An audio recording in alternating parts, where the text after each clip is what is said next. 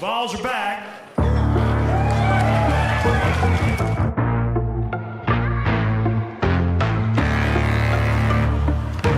Yeah.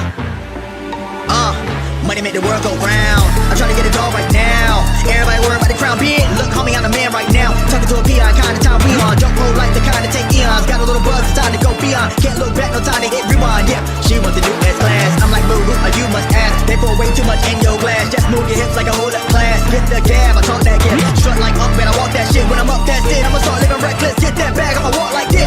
Yeah, I'ma walk like this. Hit that lane, I'ma walk like this. Walk in the spot, but they all get lit. Tell them on flow, let me talk my shit. Every song bang when they drop in hit. Said on the man, post stop, no miss. Over your head, next time don't slip. Play your part, better read that script. Yeah, I'ma walk like this.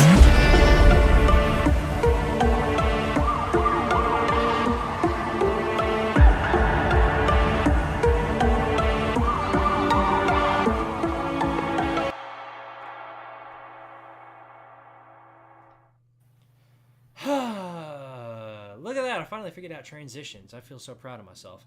Anyway, the Vols. How about them Vols? We did it, boys. Somehow, some way, we prevailed. And for the first time in Vol-Star podcast history, we are doing this show off of a win against Florida. So, wins a win is wins, wins and win, a win, wins a win. And that's all that matters to me. Hold on, I forget to do this every show now with my microphone. Yeah, there we go. All right. Oi, fellow comrades. It is Squidtard here along with Mr. Lucas Sharp, also known as Wolverine, and then Mr. Julio Rodriguez. And welcome to another phenomenal episode of the Vol-Star Podcast. So, coming off another win this week. 5-1 now. Everything's still in front for the Tennessee Volunteers. And bigger news, Tennessee is back to having a winning record against Billy Napier. So that's a big old plus in my eyes. Okay, so how are my co-hosts doing tonight? How are you guys doing? Good. Yeah, I'm doing fine. Spectacular. Great to hear. Anything you want to bring to the show before we get started with our topics for today? None much. Yeah, I can't really think of anything. Fair enough.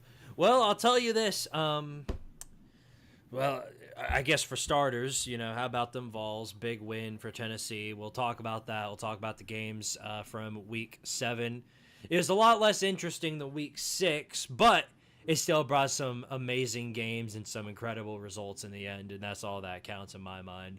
So we'll talk about that, talk about Week 8, give a preview of the incoming matchup against good old Alabama. We'll talk about that along with many other things here on the show. But we're finally going to get some basketball talk for anybody interested, so we'll talk about that a little bit before we wrap things up here on the show. And then, so before we get started here, as always, we're not affiliated with the University of Tennessee, thank goodness, because I have something to say about that in just a minute before we get into the football topics. But yeah, no, we're just big-time Tennessee Volunteer fans over here, and whether or not you're a Vol fan or a fan of anybody else, we're glad to have you over here, as always. So contribute by liking the stream. It helps out a lot. It helps out the show. And if you're interested, consider sending a super chat or joining the Patreon. For every $1 receiving donations, I'll get on the ground to do one push-up. So, and then every month, thanks to my Patreon supporters, I'll get on the ground and do the amount of push-ups that I'm earning per week. Maybe I'll have to come back to that later on if I'm earning like 100, because there ain't no way I'm doing 100 push-ups in one stream. All right, to the comments we go. First off, let's see who's in here. Rocky, what's going on, buddy? Good to see you. Lane retracted his previous message, probably because he realized how stupid it was. But I'm going to call you out for this one. He did say Florida owns Tennessee. Sir, 1-1 in the last. Or no, we're 1-0 in the last one. That's all that matters. As Anthony Z, another Florida fan, he says, yo, what's going on, buddy? Sorry about the loss. We'll talk about the game as everything else. And then ESMN, let's go Vols. My aunt is a big-time fan and knows former Lady Vols basketball coach Pat Summitt extremely closely. Well, that's cool to hear, man. Cool to hear. All right, well, let's go ahead and first of all, let me roll into this. So, I've talked about how much of an issue the parking epidemic is at the University of Tennessee. I've explained it too many times on this show, and this might be the biggest issue I have with them because they finally, yeah, I can show this. They got my ass. They got me. They got me. This is a notice of citation. I parked in a unauthorized area, as they put it. So, thankfully, it's just a warning, so I'm not having to pay any money. But yeah, if I do anything like that again, they're gonna charge me. So yeah, the old parking police are out in bulk. They're putting more effort into that than Tennessee's putting in the friggin' offense. Yeah. Yeah. More effort Lance Hurt's putting in. We'll talk about that and a whole lot more. Yeah, it's ridiculous, man. Do the Yeah. Vols not have transit? We do. I just did not want to use it because the buses take forever, and I'm probably gonna write a complaint about it because they do. They I'm gonna write an anonymous complaint to them about it because it literally does. It takes forever. The second to last time I was there, I waited a good 20 minutes, or what felt like 20 minutes. It was more like 10, but it was. I don't want to stand in the friggin' heat for 10 minutes waiting for the bus to pull up. I mean, obviously, if that's the biggest problem you can have when going to a university, then I'd argue that's a plus, but still, like, come on, man. And this is ridiculous. You can't give me a slide once. Greed, man, just greed. So, and yeah, that's all there is to it. So, you know, I guess that's that's my only loss for the week is getting this. So, at least it's just a warning. I have no idea whether or not I should throw it away or keep it or not. I'm gonna have to call him about that. Okay, anyway, with that out of the way, let's roll into the actual topics everybody's been waiting on. So, boys, the Vols, what do we think? Is the sky falling apart? Are we back because we beat Florida? Are we skeptical about what's yet to come? Is it an 8-4 season? Is it 11-1 season? What's coming up? Well, I don't know. This team is probably the most predictable / unpredictable team in the country. Like, I don't know. Anything could happen. That is true. That is true. Yeah. I mean, I don't know. It's the thing that just makes me mad is that I feel like we play around for the first half, the entire conference slate. Mm-hmm. Like, and I think some of it is that we can't run tempo because I think our tackles are out of shape, which I might understand a little bit in Hurt's case because he had that injury during camp. But if he's the one doing that, then just put Dame Davis or Larry Johnson. More likely, put Larry Johnson in. Oh Like God. I just don't understand it because people. I know some people are gonna be like, "Well, Larry Johnson's not that good because he should be starting over him." But here's the thing: guess who's been the highest rated pass blocker uh on this team Boom. with the snaps that he's got? Larry Johnson. Go figure, huh? Now, now his run blocking is not the best, but We don't need the best run blocking when you have Dylan Sampson. Yeah, no, the I run mean that's what blocking's I'm been saying. fine. Yeah. So I mean, and that's the thing. I saw Hurd actually give a little bit of effort. Yeah, I don't know no, if you saw him on the in pool, fact, let's show that right now. Let's show that right now, in fact. but you can tell that he is not in shape for the offense Right. because he was looking a little slow. But I'll give him I'm credit. going to show this. He did pull. He did pull on that, and he actually hit someone. Did y'all also see on the other pull play when they pulled Look at around? this. And Hold on. Yeah, no, look at this. So this is the run. This was the running play. The scoring touchdown by Dylan Sampson. So watch number 53 right here is the Lance Hurd. The guy who's been a total liability when it comes to pass blocking. Watch him on this block right here. Boosh. Bam! The only guy that could have tackled him, and Zalance Hurd bodied him. Full on bodied him. If he gives this effort in pass blocking, he's actually a 5-star, but he doesn't. That's the problem. That's the problem I've got. So, I'm like I said, I'll give him credit. He had some pretty good run blocking, and that maybe that's why they're trying to keep him in there. But it's like Larry Johnson's also not a bad run blocker. It ain't like he's horrible at it. And I know maybe some of it is because we're paying for the Lance Hurd. But here's the thing. Now, John Campbell can't transfer because, he doesn't have any more eligibility. But Lance Hurd might transfer. And that could be good or it could be bad. Because I think he could get better in the future. Of maybe he gets in a little bit more shape. But here's the other thing. Is that it also could end up being a Gerald Mincey situation. Where, he leaves like, well, they don't run a real offense, which is why I sucked. Not because I was, out of shape. Real offenses go out and put up 17-something points on Vandy. That's what they do. But anyway, carry on. But, I mean, that's all I'm trying to say is just that, like, maybe we should try to split it, the reps between him and Larry Johnson since he's, been out of shape or whatever, and maybe let one do one drive and let the other do the other drive. I'll say this: the issue with this team and this offense is going around, and nobody knows who to pin the blame on.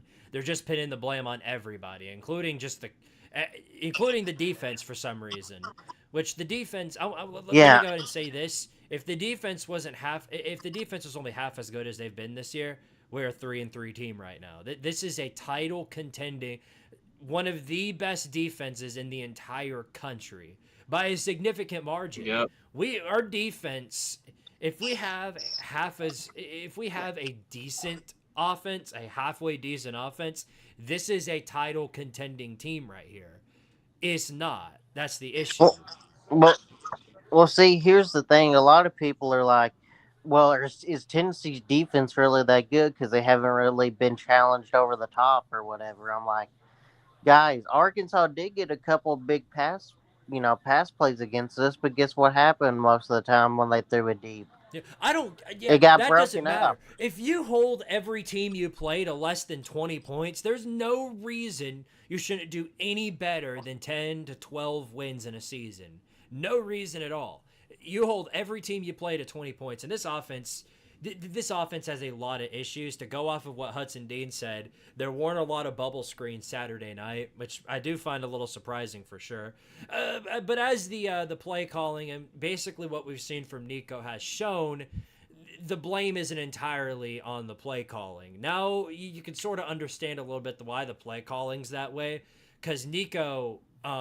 Here's one of the narratives that's completely died. It's not like this narrative ever started to begin with. But people thought, looks like all these defenses have figured out the Josh Heupel offense. No, that is not the case. There were several wide open receivers in that game that Nico completely whiffed on. And if he didn't whiff on them, we blow Florida out of the water. But he didn't hit those receivers. He missed 2 scoring receivers in the exact same drive.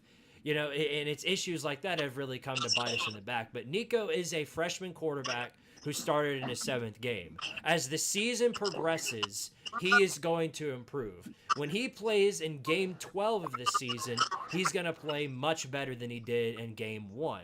I think we can all agree on that. Yeah. But the play calling was still abysmal. The running backs were really good, but the play calling was terrible. Running it up the middle on 3rd and 15 and waving the white flag is a terrible way to go about things, no matter where you are on which side of the field. And I'm going to get into the 4th down call in a moment. Going forward on 4th down at your own 10-yard line, that was probably the dumbest coaching decision I've ever seen in my entire life. That was horrible. There is no decision. There was absolutely no sense to do that. That was the only situation in that game where I was like, just give it back to the defense. Don't risk it. your defense has been playing lights out all night. Why would you screw them over by putting them at our own 10-yard line? It was an incredibly dumb decision. Thankfully, it panned out for the best because Dylan Sampson is an absolute unit, but that could have gone really, really bad. Point is, this offense, while it has its trouble with the play calling and the quarterback, the main problem lies within the roots, and that's the offensive line. I'm not sure if it's the conditioning or what they're seeing at practice, because why would they continue to start as a Lance Hurd if he's not one of the best guys in practice? Either they don't know their offensive linemen, or the guys behind him are worse off than Zalance Hurd is. So which one is it? There's some questions that need to be answered. Now, I will say this.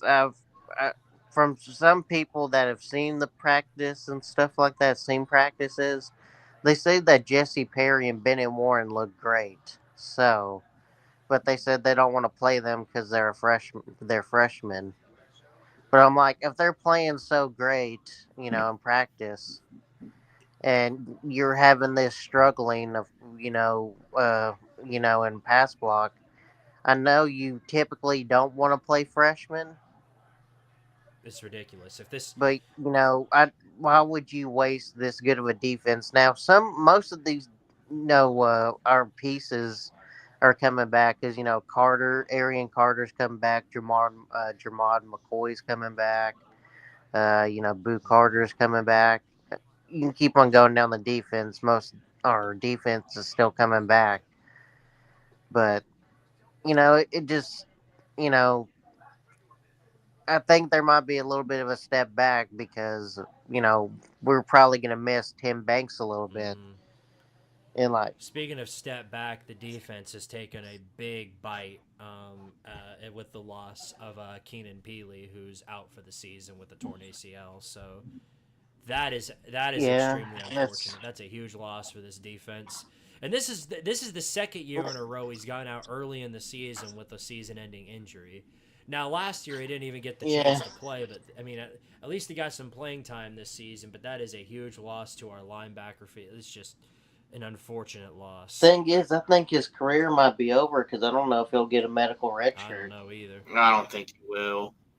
Because it's been past 4 games. I mean, he could appeal it, but he might just want to hang it up because, he's like 26. Yeah, I don't think he's getting another medical register. That was a brutal game in terms of injuries for both teams because we lost Keenan Peely, and then Florida they've lost Graham Mertz for the entire season with a torn ACL. Montrell Johnson also went down too. I have no idea what results. I didn't even see where he got hurt, but I do know he was injured and sat out for the rest of the game. I don't know how brutal. Wait, are you talking about Montrell Johnson or Graham Mertz? Johnson. Graham Mertz is out for the game. Yeah. Well, it was the one where he was running and he got a first down, and they were about to score, and I think they only got a field goal out of it. Yeah, right. Or something like that. I think they only got a field goal out of it because of his injury, I think. Whatever the deal was, it's a brutal injury for Florida. As now, it's not confirmed whether or not they lost their star running back too, but they are without their senior quarterback, so they're going to have to put everything on the shoulders of DJ Lagway. So if the Florida man is still listening, I want to know how you feel about that. Anthony said a comment earlier. If I were a Tennessee fan, I'd be a bit worried. I don't care about history. This Florida team sucks. Yeah, see, this is the thing that really kind of irks me with Tennessee right now, is that part of my fan base is becoming so complacent with that Florida win. Yeah, we beat Florida, and I'm proud of that. But people are like, yeah, well, we sucked against Florida back in the 90s, and then we beat them a couple times in 98 and went on to win the Natty, even though we struggled against them. Hey, ding dong, anyone home? Those Florida teams were title contenders. They were competing for national championships. They were one of the most talented teams in the country. This Florida team is dumpster juice. They've been like this for 4 years now. They haven't had a winning season since the COVID year. They haven't had a winning season since 2020. I don't want to hear anything about. That's bad. I don't want to hear anything about comparing these Florida teams and this Florida win back to the wins we got in the 90s, because this Florida team, This is like the worst stretch of Florida football since the 50s, by the yeah. way. Yeah, that's why it doesn't feel that great even after beating Florida, because this Florida team is terrible, and we should have blown them out, honestly. Well, the way we performed was really underwhelming, considering we had a lot. We lost to Arkansas on the road, so I was expecting them to come back at home in a checkerboarded Neyland Stadium and show some spirit and some fight on the offensive side of the ball, and we just never got that. Never got any of it. Yeah, that was ridiculous. I mean, we still won. I can't complain about that, but good Lord. I mean, it was all bad all around. Nico overthrowing, and there was some wide receivers who dropped some passes. Well, I'll say this. So I think some of the reason he might be overthrowing is that he tries to lead his receiver, which I mean is good. You're trying to anticipate and lead, but I think he's just kind of overshooting it because of that. I don't think it's a Joe Milton situation where he's just chucking it up and hoping for the best. Sometimes, you know how Joe would do. He'd just do a fucking arm punt and he'd overthrow it by 30 yards. Yeah. Now, I will say, when Joe Milton was on deep passing, he could hit it. He was just very inconsistent with it. Right. And I feel like Nico, like, his first couple games, which I know that was the best competition, but still, even in the Oklahoma game with the deep shots, he hit them.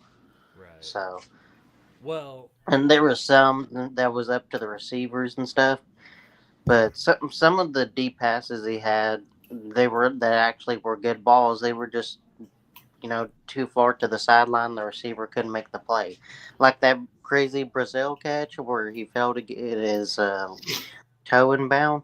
I mean, that was a great pass, great ball placement. Great jump by the receiver to go and get it. But you just got to hit the open ones. Yeah. And sometimes we just got to blame the receivers, man, because especially Chaz Nimrod, man. He did not have a good game. Sometimes Nico would put it on the money and they'd drop it. It's just everything that could go wrong went wrong. Literally, so the Tennessee Murphy's Law. That's what we are. Yeah. I'm surprised we haven't given Mike Matthews more. The same way we haven't given our freshman offensive linemen any time. They're freshmen. Might as well never play him ever again. Mike Matthews is a freshman, but the time that we at least saw him play, I know it was against terrible competition, and in the spring game, he looked good, though. Give him a chance. Saban, one thing I'll absolutely give Nick Saban credit for is that he did not give two damns about seniority on his team. If the freshman was playing better than the senior, you bet he was playing the senior, or you bet he was playing the freshman over the senior every single time. There was no scenario where the senior was playing over the freshman if the senior was worse than the freshman. Every single time. Go back to the quarterback situation. It tells the whole story. He put in Tua over Jalen Hurts, and then Hurts hit the transfer portal. If some of these juniors and seniors hit the portal because they aren't contributing to this team, to that I say, sayonara. I don't know what to tell you. We're trying to win games here. Not play, we're not trying to play seniority. Yeah. But yeah, hopefully the offense gets it figured out this week. We still have a chance to beat Alabama because Alabama's been looking hasn't been looking that good as well. Too. I mean, that's the silver lining in all this is that Bama's looked horrifically bad too, letting. Of all people, Lenoris friggin' Sellers drive all over you. He is a disaster over there in Tuscaloosa. Now, granted, things can get worse for them. This will kind of tell the tale for both teams because if Tennessee loses this game, playoff aspirations are out the window. there's no scenario I think. Well, where we see, beat here's Georgia. here's the other thing. Has Alabama, have they played any other road game than Vanderbilt? I don't think so. Like they played on the road at Wisconsin. Mm-hmm. Okay, But well, I that's mean, Big Ten. I guess they have Wisconsin. Well, let's be honest, Wisconsin's not as I mean, Wisconsin's chaotic a as better, anyone. bigger home environment than Vanderbilt. I mean, yeah, but I mean, I'm just saying, I think Vanderbilt's a better team. Now, Wisconsin's looking better, I'll give them that. But it's a little bit too late for that, guys. Right. You completely shit the bed 2 games. Exactly. Yeah. The Badgers need to give Luke Fickell more time. I think he's starting to get it figured He out. may. Yeah, Yeah, let's talk about some of these other But- games because obviously there's a lot we got to go over. Yeah, a lot of interesting matchups. Our best win, unfortunately, got their back blown out by Texas. So, whoop-de-doo. Yeah, Texas is really good this year. They're the best team in the country right now. They've looked to be the most complete team. It's Texas's natty to lose. That's what I'm gonna keep saying until I see otherwise. Because I mean, everybody else in the SEC just doesn't look up to par with them. The only even old Mickey Mouse man has been trying to convince me that they're not out of anything and blah blah blah. All your teams suck and Bama or like Georgia's Bama's Super Bowl and all that. Georgia goes out at home and lets the worst team in the SEC put up 31 points on them. That's horrible. Yeah. Like absolutely. Yeah. Horrible. Georgia. They might get blown out by Texas if they play like that. They might. I'm not saying they will, but they might. It's possible. I definitely do think it's possible. That Kirby Smart put up more of a fight when shoving that Mississippi State player than the Georgia defense did on that final in the friggin' fourth quarter. Yeah. I'm surprised the QB didn't do anything about it. Yeah, me too. I'm a little shocked. Some people are going to call me crazy, but Mississippi State actually, with with the amount of talent they have, which is hardly none, of course, right now because all the transfers and everything, the crazy stuff that's been happening the past 2 years there. Mm-hmm. It kind of worries me that we're going to Starkville next year, considering we'll probably be. I think we probably should be pretty good going into that game. But I don't know. It just kind of worries me. Call me crazy. Eh. I mean, yeah, you got to give a little bit of credit to Mississippi State, but still, Georgia shouldn't be competing with them. No, this. I'm just saying. Mississippi State's lucky to recruit top 50 No, nationally. there's no excuse for that. No excuse at all. But yeah, they No, I'm not excusing it. I'm just saying because given Heupel's record with night road games in the SEC, I started looking at next year's schedule, and if we, I'm just saying this is a possibility. If we end 10-2, 9-3 at best, 11-1. Which I don't really foresee right now by the way we're playing. But I think 10-2 is even. I think 10-2 is possible, and I think 9-3 is possible. But if we end like that, and then say we're ranked, somewhat, I don't know, probably in the top 15 next year, it worries me that we have to go to not also Florida, but also Alabama next year. Because those are two historical places that we've struggled. Yeah. And they're more likely going to be night games. And, Heupel's night game road record is pretty bad. Yeah, we better not lose next year to Florida on the road. Florida's going to have a first-year head coach next season unless they go out and get Lane Kiffin. And he friggin' beats us. I swear. I might be the one to shove I might shove this up my sphincter. All right. Anyway, we had a lot of overtime games on Saturday. I'll say that much. Of course, we went into overtime. LSU and Ole Miss went into overtime, and that was a hell of a game. Ole Miss LSU. Ole Miss. LSU thankfully came out on top, even though Nussmeier did not play too well. They came out on top in the overtime, didn't lead at any point in the game until they won it, and the living, fighting, fake injuries go down. Yeah, This is what I said about Ole Miss. They start off the season hot, but then they go on a little bit of a losing streak. it's called kiffining. That's what it is. I don't think Florida wants that. Because all it's going to be is him faking injuries, trying to kneel out any chance of winning any big games, which he won't. He can't do it. He just can't win any of the big ones because this is what he does every single time he's in a competitive game. Just tells everybody to go down and craps on his own foot. It's that every single time. So, you know. Yeah, I can't believe we were all actually high on this Ole Miss Couldn't team. have happened to a better guy. That's all I'll say. Yeah. But yeah, LSU remains undefeated in conference play. Is now ranked in the top 10. That is crazy. Another team that's undefeated, but undefeated in general, Penn State went to overtime with USC. Lincoln Riley also pooped on his own foot, not being able to put up any points in overtime, and Penn State kicked the game-winning field goal to remain undefeated. So, hey, Penn State won a game when they were in the top 5. we'll see how long that lasts, but it's a win for them. They're on a bye week, so they'll be at least in the top 5 for the next 2 weeks. Well, at least they, have Ryan Day, who only has one win over top 5 teams. Oh no, Yeah. He's 1-7.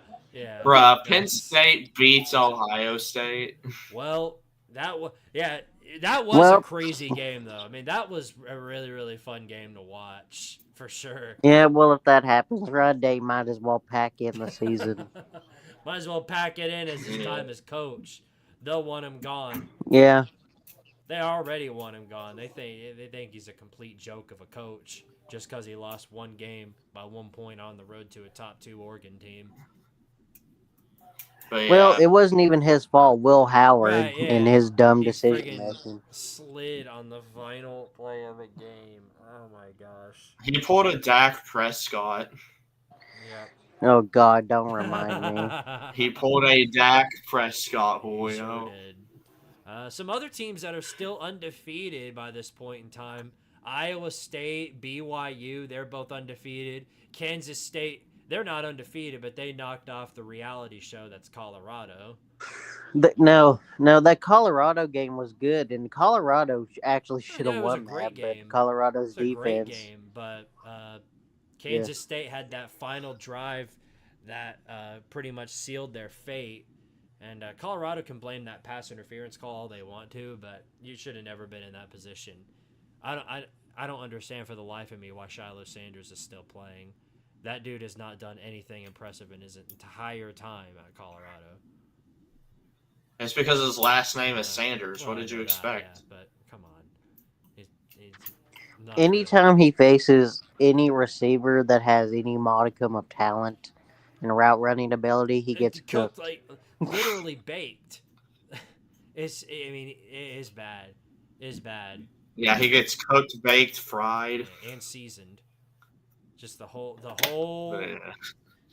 plate. The whole barbecue.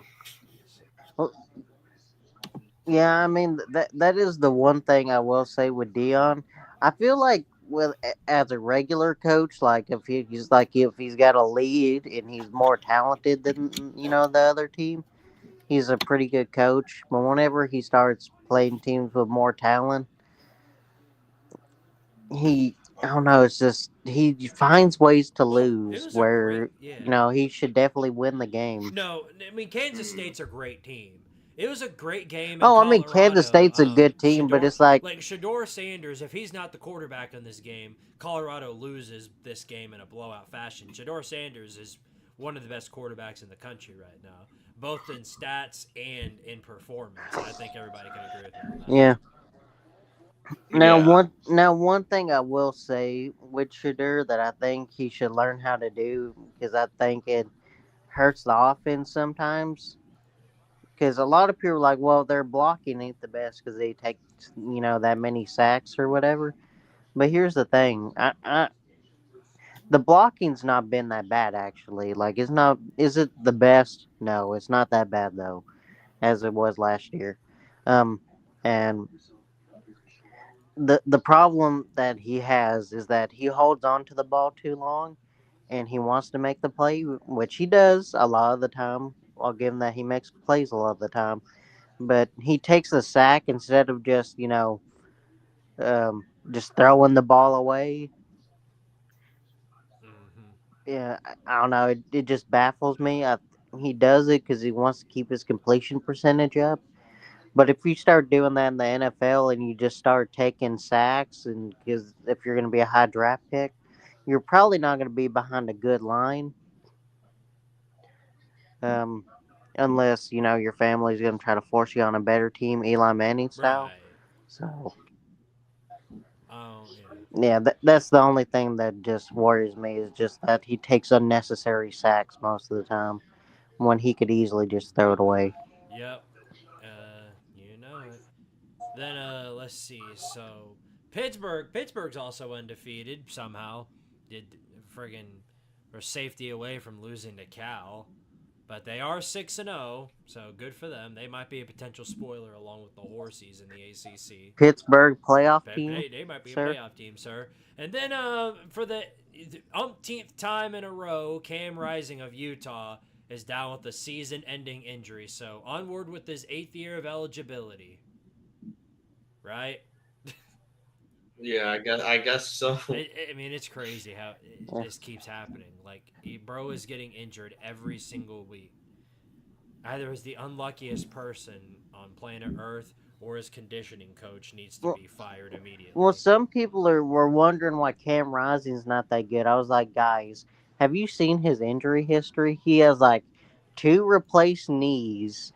He can barely run. He injured his hand one time by just throwing a pass where he hit it off a helmet JG style. I said, so he's also playing through that. Then also, if I remember correctly, he also pulled, what was it? He pulled a hamstring or something earlier in the season. So that also affects his running.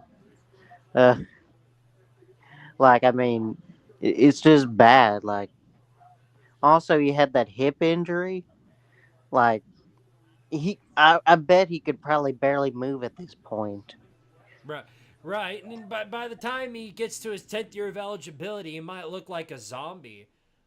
Like, it's just this is getting ridiculous. Like, he's gotta go ahead and Like, and I'm not meaning this in the meme way to be mean, yeah, but nobody is. like like bro, just hang it up, please. Yeah, by this time it might be like time. like I'm Oh, not trying you're to be right. mean, but You're it's right. like you have all these injuries. Hmm. Well, yeah, that's it for week 7. Other than, I'll go ahead and say this so I can wrap it up. I am tapping out of the bet. I'm giving $20 to one of you, obviously. UTEP is 0-6. They're absolutely terrible. Far worse than I thought they'd be. Like, my expectations were low for UTEP, but Yeah. somehow they've surpassed. They proceeded to blow that up in my face. It's unreal. It's absolutely Who terrible. wins, UTEP or Kent State? Kent That might State. end in a tie where both teams lose. Now, I will say it made things a little But more interesting that Central Michigan lost and Rice won. That made things a little more interesting. I'm gonna say this. Do you guys think they should start a game where they should let the two worst teams play each Toilet bowl. other? Yep. Well, that's what we're doing. Friggin' I thought, didn't we get that when Vanderbilt and UConn played each other? maybe, maybe, but I mean, maybe, but I'm just saying, like, I don't know. I just think it should be a game. And some people are like, well, you're rewarding, people being bad. But think of the memes and fun. exactly. Think of the fun, guys. Okay, Yeah, so we just getting. yeah, Yeah. right. So it's already 8:45, so I'm trying to speed run through the rest of this because we're already low on time. And unfortunately, I don't have the courtesy this week to go past overtime on the show. So we got to roll through the week. What is this now? Week 8? Yeah, week 8 slate real quick. So you guys want to go ahead and take care of that with me? Yeah. Okie dokie, then without further ado, let's go ahead and roll into it. So, Ooh. don't drop things. That's bad. All right. Well, I guess we'll start out with boy, Florida State, Duke. Yeah, Duke. Of course, it's Duke. Yeah, Duke. Be real. It's Duke. We all know it's Duke. All right. Oregon, Purdue. Come on. Oregon. Now let it be known that this is a Purdue team hosting a number 2 team on the road. I mean, I know, but this Purdue team is awful. Oh yeah, no, they're terrible. Yeah, unless a miracle happens, kind of like the Ohio State game. But even the Ohio State game, you even had a little bit of confidence Purdue might could do it because Purdue was an actual good team then. Right. Now, they weren't 29 points better on paper, but they just had one of those crazy games where everything clicked. Mm-hmm. I just don't think that this Purdue team's that good and they can pull it off. But it also wouldn't surprise me if a top 5 team lost to Purdue at home. That'd be absolutely crazy. And had this been any other year, Yeah. I might pick for the upset. Like if this was, I don't know, like a 3-3 or 4-2 Purdue team, I thought, okay, I might pick it. No, But- it was 1-5. But no, this Purdue team is horrible. Yeah. If Purdue comes out and wins this game, I am going to pick Purdue every single time when they're hosting a top 10 team. Or just the number 2 team, because don't forget back in 21 No, they did that twice.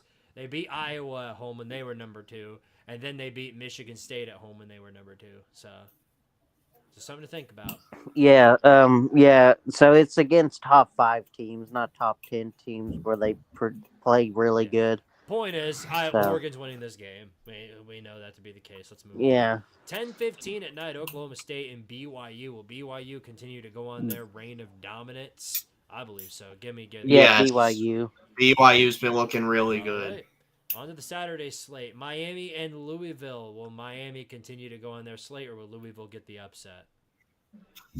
Ooh, I'm gonna take Miami here. I think they've been on a little bit of a weak stretch as of late, but they did have that bye week to try to get some things, reset up and everything. So I'm gonna take Miami.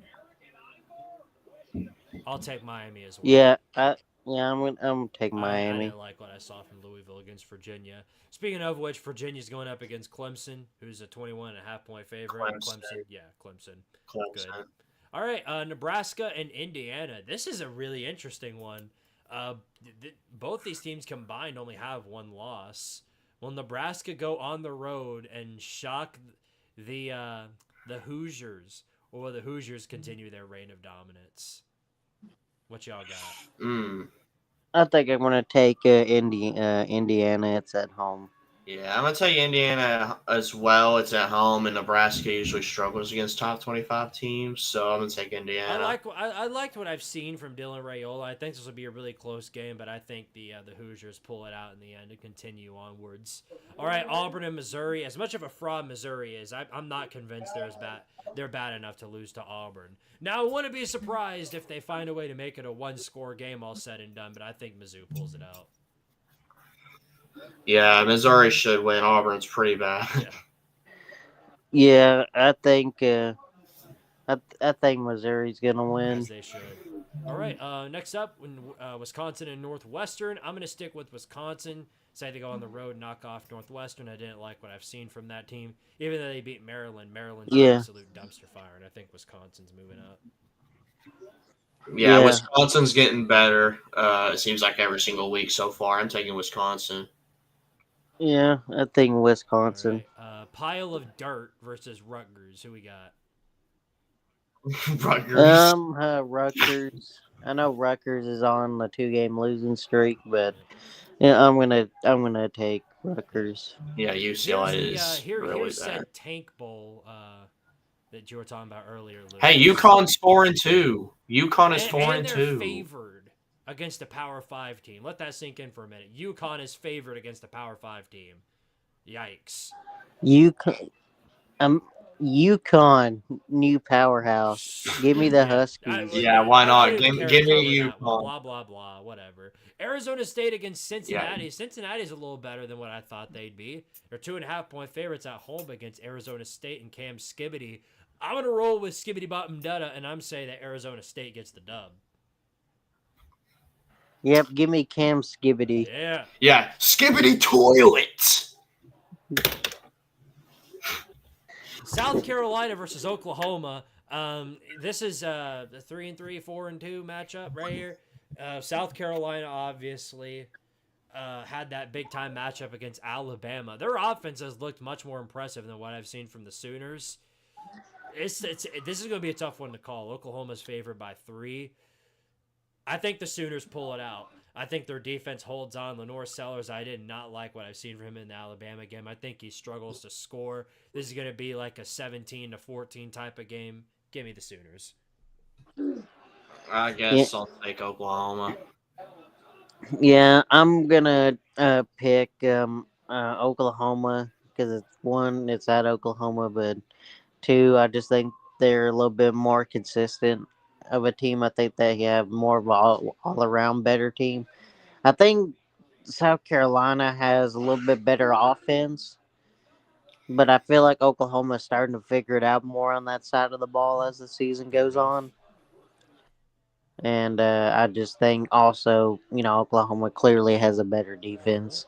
Now, I don't think they have a better line than defensive line than South Carolina, but I think if you put all the pieces together, they do. Correct. We'll see how that goes, though. Yeah, and Central Michigan's beating Eastern Michigan. Yeah, sure. All right. We'll come back to this matchup, of course, on ABC. All right, Notre Dame and Georgia Tech. Georgia Tech, of course, beat North Carolina in a big-time matchup, and Notre Dame obviously looks better and better every single week. The Fighting Irish are on a roll. As much as I would love to pick Georgia Tech and Haynes King, I think Notre Dame pulls it out, but I do think Tech covers the spread. Yeah, I'm gonna take Notre Dame. Notre Dame's been looking better. Georgia Tech, I wasn't really impressed with their win over North Carolina. Yeah, give me Notre Dame. Usually I would hate, but Georgia Tech's just kind of just play close games with But everybody. after this game, it's going to be, Notre Dame. Notre Dame can be a title contender this year. No, they can't. They never will be. All right, next up, 3:30 on CBS, Michigan and Illinois. Michigan's still in the top 25, but I don't think they will be for long. I think Illinois clutches up in this matchup. Burt Bielema rallies the defense this week, unlike last week, letting up 49 against Purdue. I think they hold on pretty strong against what I think is a lackluster Michigan offense, and I think the Fighting Illini get it done at home. Yeah, I'm gonna take Illinois as well. Yeah, same thing with me.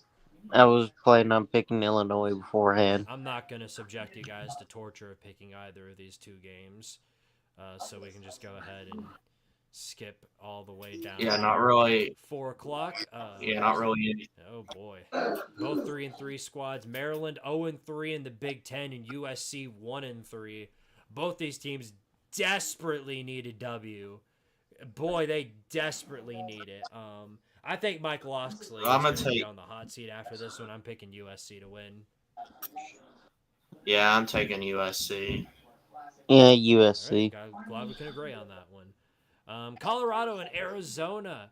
Arizona, 3.5-point favorite at home, which is honestly kind of surprising. I thought they'd stick with Colorado in the spread. This might be a trap. Wouldn't surprise me.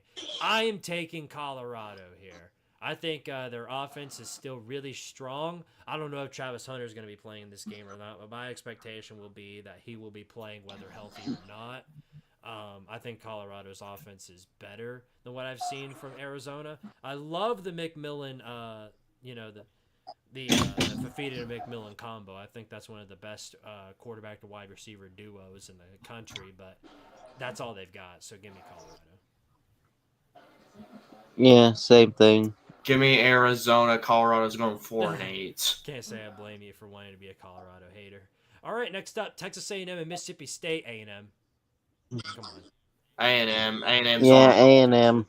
All right, A&M's here on we the go. roll. LSU and Arkansas. Does Arkansas pick up another top 10 win this season at home, or does LSU go on the road and get revenge for us, particularly? What happens here? This is a really tough one to call. Okay, I'm gonna say this. I'm having a hard time picking this one because obviously I think LSU got a big win over Ole Miss. I think their offense is still strong. I'm gonna stick with the Tigers and say that they get this one in a really, really close matchup against Arkansas, a pretty good Arkansas team. It might be an interception in the end, but I think Arkansas steps on their own foot again. So give me the Tigers. Yeah, I think I'm going to take LSU. You know, I think I'm going to take Arkansas here. Can't say I blame you. Can't say I blame you. If this were the upset of the week, wouldn't it surprise me? That's all I'll say. What's going on, Hudson Dean and Andrew the Textbook? Hudson Dean says, I was at the Michigan State-Purdue game. Yeesh. Oh, boy. Ugh. I feel bad for you. All right, next up, Vanderbilt in the state of ball, Vandy. Vandy. Yeah, Right. Vandy. Primetime matchup of the century right here. Number 5, Georgia going into Austin to play the Texas Longhorns. Georgia obviously still is a really, really talented team, but they've just looked lackluster all season long. Ever since week 1 when they put the domination up against Clemson, every week after that has just looked completely lackluster for Georgia. Unless they play like a full, complete team, I don't see them winning this game, and I don't see it happening on the road in not Austin Stadium. I'm thinking of Oregon. I don't see it happening here in DKR Stadium. So give me Texas. Yeah, Texas. Yeah, give me Texas. And what's crazy about this Georgia game is next week, Texas takes on Vanderbilt. And remember the last time That's gonna be the meme of the week. yeah. Last time Vandy took on a team when their last win came against Georgia, they beat them. So Well, this would be huge. Texas Well, better give me watch Texas out. to beat MICKEYMOUSC. All right. Next up, Iowa State and UCF. UCF a 3-3 team going on the road to a top 10 Matt Campbell Iowa State team. I think Matt Campbell is going to be receiving a lot of messages in December. I think Iowa State wins this game big. Yeah. Iowa State. Although I will say, shout out to the Iowa UCF State. Barstool account. They're the official UCF Barstool account. They're the first ever Barstool account to follow me on Twitter. So shout out to them. But yeah, no, Iowa State I think gets the job done here. All right, next up, Kansas State and West Virginia. Kansas State coming off the big win against Colorado on the road, going into the country roads. This is my upset of the week. I'm going to roll with West Virginia here and say that Kansas State comes out lackluster after the win over Colorado. West Virginia comes out strong with the country roads, and I think they play a lot stronger than they did against Iowa State. I think Garrett Green has way less mistakes. I think West Virginia gets the job done. Yeah, I think I'm gonna take Kansas State. Yeah, I'm going to take Kansas State, too. Right. Scrolling down here, skipping a few of these. We'll say, boy, the fire whoever loses this game bowl. Kentucky and Florida. Even the spread doesn't know who to pick. It's got Florida by 1. This is a really, really tough one for me to call, fellas. Both of these teams have their own set of issues. But I think for the same reasons they won the last few times these two teams played, Kentucky's run defense overwhelms Florida, and I don't think DJ Lagway is going to have what it takes to fight against this Kentucky defense. So give me the Wildcats to knock off the Gators. Yeah, give me Kentucky. And this will probably seal Yep. Napier's fate, and I think he gets canned the following week. So we'll see how it goes. Yep, I think that's what happens, too. Yeah. All right, then. Moving on. Let's go all the way down here to TCU versus Utah. Utah 4-2 following the loss to Arizona State. They're 4.5-point favorite. We'll have to see what their second-string quarterback can do with the loss of Cam Rising. And TCU, obviously, with Josh Hoover, has had their set of problems. I'm going to stick with Utah. Say they win this game in a typical Big 12 football type of fashion. Yeah, I think Utah wins. Yeah, I'm going to stick with All right. Utah. Moving back all the way up here. Let's get this one out of the way, and then we can wrap up this show. Oh, well, first, we'll talk a little bit of basketball first before that, but yeah. All right, here we go.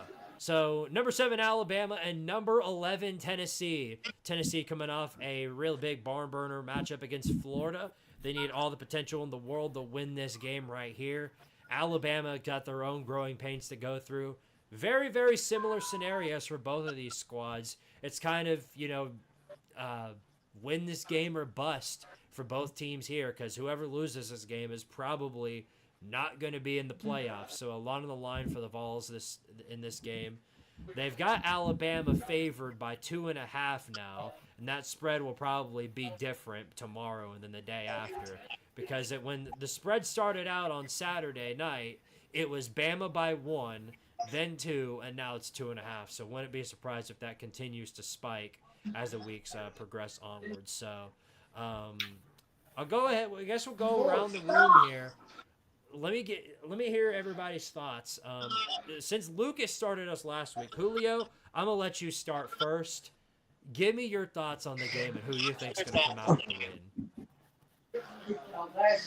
win. God, this game's so hard to pick because Mm-hmm. I feel like both teams have not really played up to standard, Exactly. and they're both still only have one loss. Exactly. Now, I think Alabama, I don't know who has the worst loss because, I mean, Arkansas, I think they could also easily be undefeated, but also you can make the same thing for Vanderbilt since both Arkansas and Vanderbilt have the same record. Mm-hmm. But just looking at the game, I think it favors just Tennessee more. I think as long as we could hold Ryan Williams in check and as long as we can stop letting people gash us in the run, but we only seem to have that problem against Florida for some odd reason. I don't know. Only Florida seems to be able to run on this run defense the past 2 years. Um, them and Georgia. So just Florida and Georgia really. So I think as long as we can hold that in check, I think we win. I think I'm going to take Tennessee because it's at home. I think it'll be. I'm trying to think of a score. I don't know, like 31-28 Tennessee. Wow. Okay, so you got that one down. Lucas, let's hear it from you, buddy. All right. This game is definitely hard to call. Both, like Julio said, both teams are kind of underperforming, yet both teams only have one loss, so you can't really complain about that. I would imagine for this game, both teams will try to come out guns a blazing, and try to come out with their best shot this time. But I don't know. I think solely because of this game's at home, and I know I said when we made our predictions before the season started that I picked Alabama solely because it was after the Florida game. Now I'm starting to think differently because of the way the crowd was with the Florida game. The crowd was absolutely insane, and I would think it's going to be more insane when Bama comes to town. And I think for that sole reason, and honestly, call me crazy, I think the offense will find a way to kind of get it figured out this week. I think they'll actually find a way to somewhat get it figured out. And plus this defense, a matchup that we're going to be able to watch that I think a lot of people are going to enjoy is going to be Ryan Williams versus Jermon McCoy. That's going to be a matchup right there. I agree. Yeah. All right, so Lucas, you think Tennessee's winning this game? Yeah, I think I'm going to go with Tennessee solely because it's at home. I think the fans will will the Vols to a win. It's a common thing around Yeah. football to sort of pick a team to win just because it's at, home. But in the case of this game, it has more. It's more than just it's at home, so automatically just go pick the team. Truth be told, Kalen DeBoer has never seen an environment on the road as big as this one's going to be. It's going to be packed out, super loud. That stadium is going to be louder on Saturday than any other stadium in the country, including Texas. I guarantee it. They are going to be so loud, and they are going to continue to be loud throughout the entirety of the game. Jalen Milroe is going, and Jalen Milroe, this is his first time playing in Neyland Stadium. The last time Bama was here, obviously, Bryce Young was here. Truth be told, I don't think Bama's offense is going to be near as successful as they were the last time they were in Neyland. Not even close. I haven't seen anything from the offense that makes me think anything otherwise. About our own offense, I think we obviously have some severe growing pains that we have to go through. But as I said before, Nico is going to continue to get better in every single game. And as the game continues onward, with the fan base, with the support from the fans, with the support from the team, and with the support of the entire stadium around him, I think he does have a better offensive performance in this game than he did against every other game in the past. So, not like I think Tennessee is going to blow Alabama out of the water. I think this will be a really close game. Both teams go through their own offensive growing pains.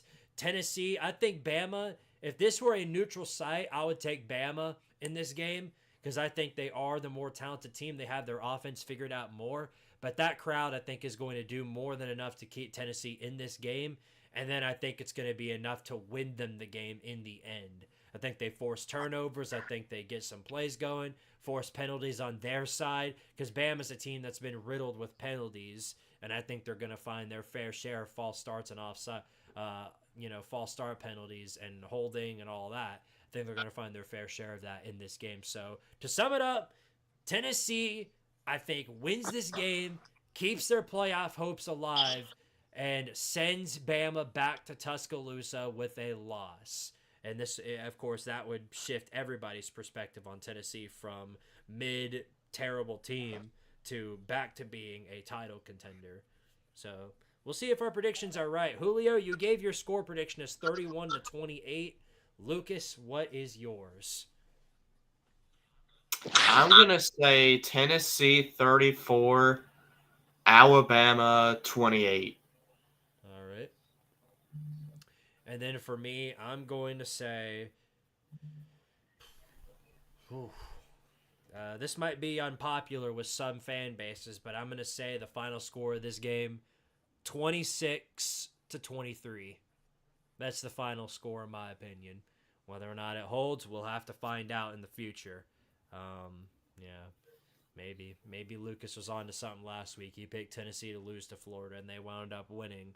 Now that all three of us are picking Tennessee to beat Alabama, we'll see if they can live up to our expectations. Nonetheless, we'll find out in due time. That is something we'll find out. Well, okay, so the reason I picked Florida is just because, one, we played horrible. We played our worst game of the season.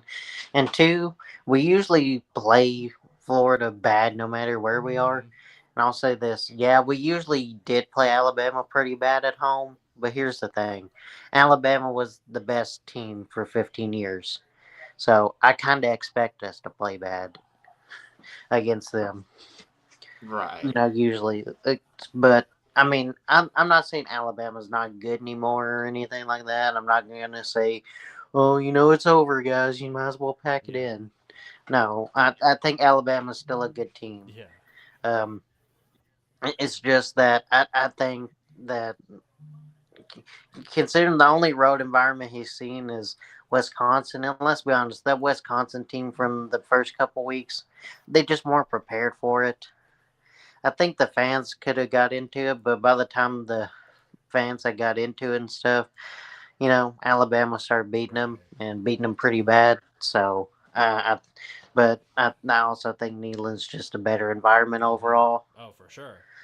Quite the better environment. So I would argue it's probably top 3 to top 5 environments in college football. And I think if you're trying to dispute that, you're kind of dumb, especially when the team's good. All right. Well, I'll present this real quick before we wrap up things here on the show. I would like to show this to everybody real quick before we call it a wrap. So this is Also, another reason I picked us is because we are really good at home under Heupel. We play good at home usually. We play better than on the road. So, if you interrupt me again, I will throw you to the shadow realm. But you are right though. Sorry. Anyway, this is something Kalen DeBoer just said in one of his press conferences. I feel like it's very important to present this to the Vol-Star podcast crew because this is it's really important that I think you guys hear what Kalen DeBoer has to say because this could be very important and could be used as rat poison on Saturday. But I'll leave that up to your jurisdiction. Yeah. Listen to this. Well, I coached at Washington. I know loud, all due respect to their fans, but I don't see noise being an issue for us. Well, I coached at Washington. I know loud, all due respect to their fans, but I don't see noise being an issue for us. I know loud, he said. I know loud. Well, Well, I will say Washington at one point did have the decibel record, but a lot of that had to do with the fact their stadium traps fucking noise inside. By the way it's built, Yeah. it keeps all the noise inside the stadium. So Yeah, whatever. Yeah. You think I care? No, I don't. So you better watch. You better. Yeah, man. All I'm saying is, just make sure you check the mail for that blindfold because you're gonna need it on Saturday. That's all I'm gonna say. Unfortunately, we've run out of time, so we won't get any to talk about basketball. All I can really say is that the preseason poll has come out in Tennessee is vastly underrated, in my opinion. Yeah, they are underrated. Like, I think. What were we ranked? 12. Sorry. like 12. Yeah, I think we should be at least top 10. Yeah, like we return. Yes, we lose Dalton Connect, but we still return key pieces from last year. We brought in some pretty good transfers. Mm-hmm. So yeah, no, we'll be a complete team this year, and I think Rick Barnes will have another great year. We'll see though. We'll have plenty more time to talk about it as the weeks progress. But right now, it's still football time, and we're coming up on one of the biggest games of the season. So you bet it's time to show them. I would have. Oh, I was just gonna say, if Alabama loses this game, I wonder if the Bama fans will immediately turn into basketball mode because I know their basketball team's like ranked number 2 in the preseason poll. Mm-hmm. That'd be the most hilarious shit of all time. Well, for anybody going to the Tennessee game, make sure you wear orange because obviously Danny White announced that there will be an orange out against Alabama. So get ready for that, and get ready for a select few fan bases to get mad about it because it's a gimmick and I don't like it. I don't like it at all. It's a gimmick. Yeah. Looking forward to hearing that. Okay, anyway. Guys, got any finalizing words for the crew here in the All-Star Podcast? Just go Vols and go Rice. Hopefully we don't get spanked by Tulane. You're going to need all the help You will. get. Let's be honest. But So, yeah. that's Good about luck it. against the E, Central Michigan. Yeah. Go Vols. Central Michigan beat EMU and try to win the Michigan MAC trophy. More importantly, try and win this bet. That's because that's what you want. I mean, yeah, I want to win the bet as well, but I want Central Michigan to win the Michigan MAC If you as weren't well. making $60 out of this, you wouldn't give one damn about whatever Central Michigan does, and you know it. No, I want them to win the Michigan MAC. Yeah, right. We'll see about that. The Michigan MAC rivalry is the best rivalry in college football. It's either that or the battle for the wagon wheel between Akron and Kent State. It's all about the Cannon. The Cannon was a great rivalry, though. Illinois and Purdue. That was a great game. Yeah. No. Did you know Illinois and Missouri has a rivalry? Well, It's called. Guess what it's called? The battle for the turn into arch. show ball. No, it's called the Arch rivalry. Get it? You get it, guys? The arch rivalry. Phenomenal. Oh, that's phenomenal right there. Is it as good as the battle for the wagon wheel, though? They just need to put Tennessee versus the universe, call that a rivalry, and call it the Heartburn Bowl, because every time Tennessee lines up to play Saturday, I get heartburn and I have to take 15 Tums to survive. Okay. Anyway, yeah, you guys get the idea. All right. Thank you to everybody in the comment section for joining us here. Let me run through this real quick. Rocky, Curb You, Anthony Z, ESMN, Even Odd, Hudson Dean, Sven Kreuzberg, Mississippi State Man. Lane, Tennessee is just mid. Okay, buddy. Yeah. What's that make Florida? The Mad Tea Sipper. Good luck against Georgia this week. Andrew the Textbook. Good luck with South Carolina for the rest of the year. You are going to need it. Vic2 Productions. Nate the Great. AIP. And then Hostile Maine. Flag Bowl. All right. Well, thank you to everybody for participating in tonight's stream. Of course, I'll get back to work on College Football Chaos as soon as I end this stream, and I should have it out as per scheduled on Wednesday. For those of you on the Patreon page, it'll come out Tuesday night, so you'll be able to watch it there early, and along with many other things. So consider joining that. As always, thank you to my co-hosts. And consider checking out their stuff over on Twitter. Everything is in the description below if you want to check that out. And without further ado, time to wrap up the show. Thank you guys again for watching. As always, power to Tardaria, but more importantly, for the sake of over here on the channel, go Vols. And Bama, Dixieland Delight is a song.